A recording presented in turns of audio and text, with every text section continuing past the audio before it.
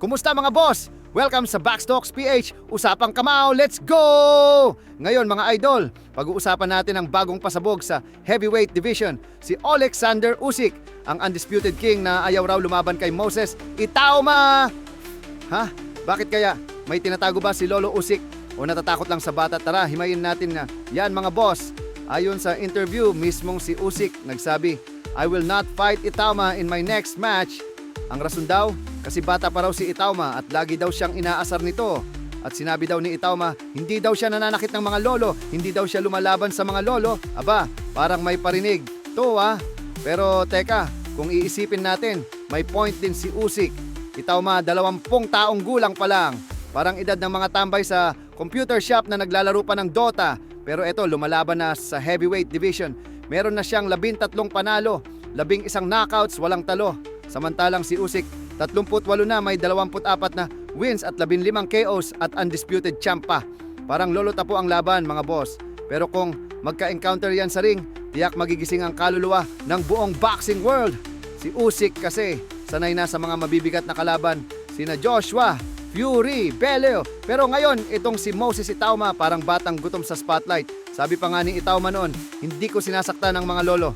Aba, kung ako si Usyk, matatawa rin ako. Pero sa totoo lang, kung ganito kalakas yung bata, baka pag sinuntok ka niyan, pati alaga mong kalapati malalaglag sa ring. Ang tanong mga boss, bakit ayaw ni Usyk lumaban sa batang ito? Baka nga naman may plano pa siya kasi may chismis din na ongoing ang negosasyon para sa susunod niyang laban. Pwedeng rematch kay Tyson Fury o baka unification defense laban sa top contender. Pero sa totoo lang, parang alam nating lahat, baka gusto muna ni Usyk ng pahinga. I mean, 38 na yan mga boss. Kung si Moses, papainom-inom lang ng gatas pagkatapos mag-training, si Usyk siguro umiinom na ng maintenance bago mag-jogging. Pero seryoso, kung magtatapat tong dalawang ato in the future, that's gonna be fire! Itauma is young, hungry, and explosive. Si Usyk naman, technical genius, parang chess master sa ring. So kung magkaabot sila sa 2026 o 2027, siguradong classic yan! Pero teka mga boss, lipat tayo sa welterweight division. May isa pang mainit na usapan. Si Danny Garcia daw gusto ng rematch kay Keith Thurman. Pero sabi ni Thurman sa interview, hindi ako interesado.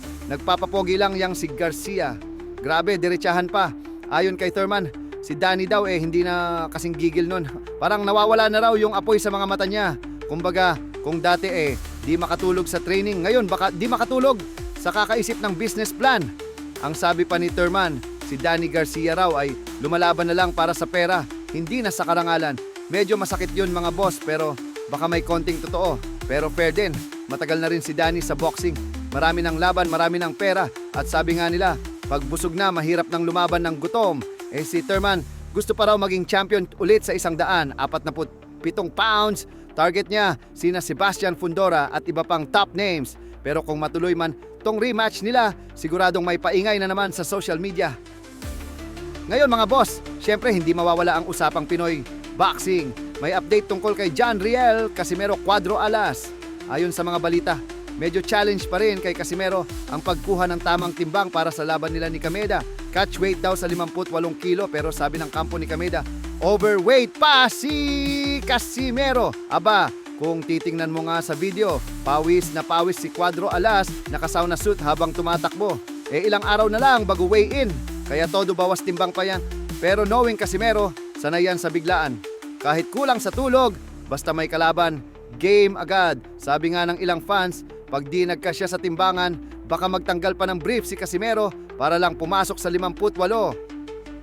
Sa betting odds naman, mas yamado pa rin si Casimero. Kung tumaya ka ng 1,000 piso at nanalo siya, pwede kang umabot ng 1,500 payout.